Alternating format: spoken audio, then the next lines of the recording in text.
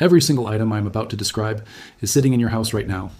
Most of them are in your bathroom, your kitchen drawer, or your garage shelf. You have walked past them 1,000 times without knowing what they are actually capable of. Some of these are going to feel obvious. Some are going to surprise you. And number 14, the one about the Mylar blanket, is going to make you think very differently about something you probably bought for $3 and forgot about at the bottom of a bag. Stick with me for all 20, because the ones at the end are the ones nobody talks about. And in the right situation, any single one of these could be the thing that keeps you alive. Let's get into it. Number 1, tampons. This is not a joke, and it is not a hack. Tampons are sterile, highly absorbent, individually wrapped wound packing material. Tactical combat casualty care, the field medicine protocol used by the United States military, specifically documents. Improvised wound packing using tampons when dedicated hemostatic gauze is unavailable. The applicator version creates a delivery tube for packing deep puncture wounds. The cotton expands on contact with blood and applies internal pressure to a bleeding cavity. Every first aid kit should have them, regardless of the gender of the people in your household. They cost almost nothing. They take up no space. And in a penetrating trauma scenario without access to emergency services, they are doing the same job as a product that costs $40 in a tactical medical kit. Number 2, crayons. A standard crayon burns for approximately 30 minutes. The wax is the fuel, the paper wrapper is the wick, and the geometry is almost perfect for a short-term emergency candle. A box of 24 crayons is nearly 12 hours of light.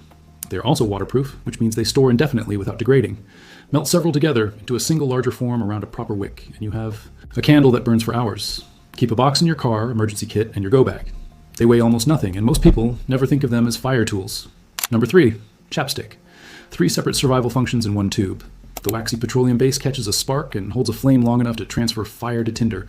Apply it to a cotton ball, and you have one of the most reliable fire starters available at any drugstore. It seals minor cuts and cracked skin against infection and moisture loss in cold or dry conditions, which matters more than it sounds when you are 3 days into a situation where a small infected cut becomes a serious problem.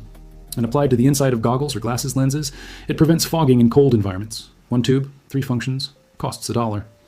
Number 4, hand sanitizer. 60% ethanol minimum, which means it burns. Cleanly, with a nearly invisible flame, and with enough heat output to ignite damp tinder that a match or lighter alone would struggle with. Squeeze a small amount onto your tinder bundle, light it, and you have several seconds of sustained heat at the base of your fire lay. It also works as an emergency wound sterilizer in the absence of anything better. Though it stings significantly on open tissue, the alcohol concentration that makes it effective as a sanitizer is the same concentration that makes it flammable. Keep a bottle in every bag, every car, every kit. Number 5, super glue.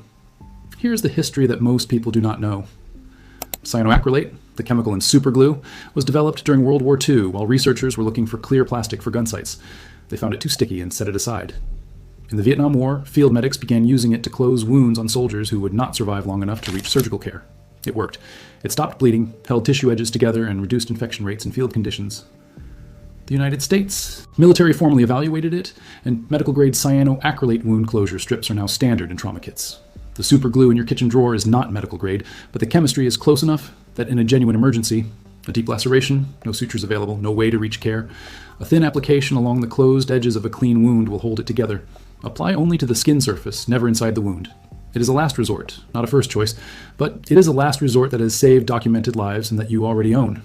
Number 6, dental floss. Waxed dental floss has a tensile strength of approximately 20 to 25 pounds, depending on the brand. That is enough to function as fishing line for small to medium fish, emergency cordage for shelter construction, replacement bootlace, tripwire for a perimeter alarm, and in extremis, suture material. It is also one of the cleanest and most sterile cordage materials available in a household because it comes sealed in a dispenser. A single standard container holds about 50 meters. It weighs nothing, it takes up no space, and unlike paracord, which most people remember to pack, dental floss is already in every bathroom in the developed world. Pack a spare container in every kit you own. Number 7, bleach. Most people know bleach purifies water. Almost nobody knows the correct ratio, which means they either undertreat and leave pathogens alive, or overtreat and make the water toxic.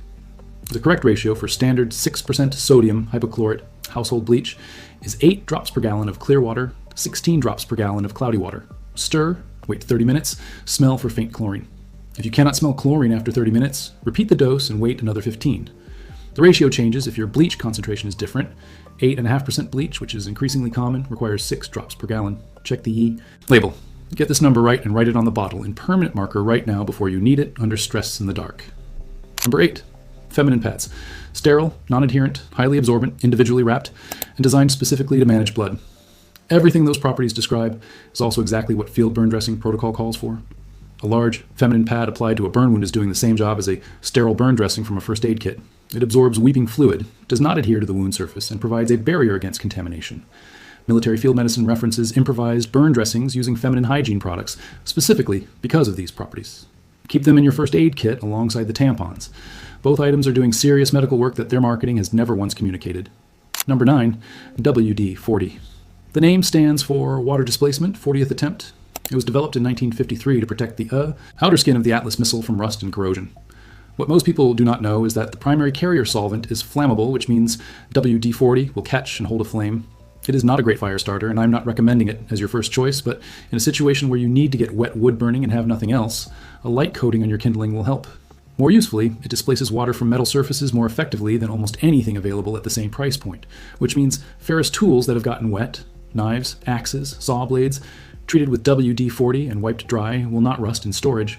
For long-term tool preservation, a coat of WD-40 followed by a coat of proper oil is the standard. Know what it was built to do and use it accordingly.